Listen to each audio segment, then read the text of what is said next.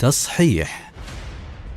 زعم إرهابي داعش والقاعدة أنهم لا يكفرون مرتكب الكبيرة فليسوا خوارج. فيقال: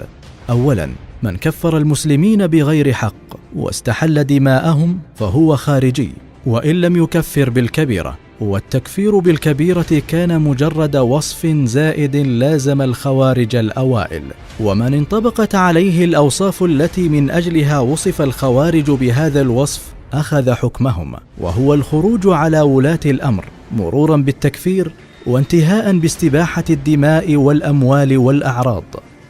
ثانيا، تكفير أولئك الإرهابيين لعموم المسلمين لأنهم ليسوا على منهجهم الضال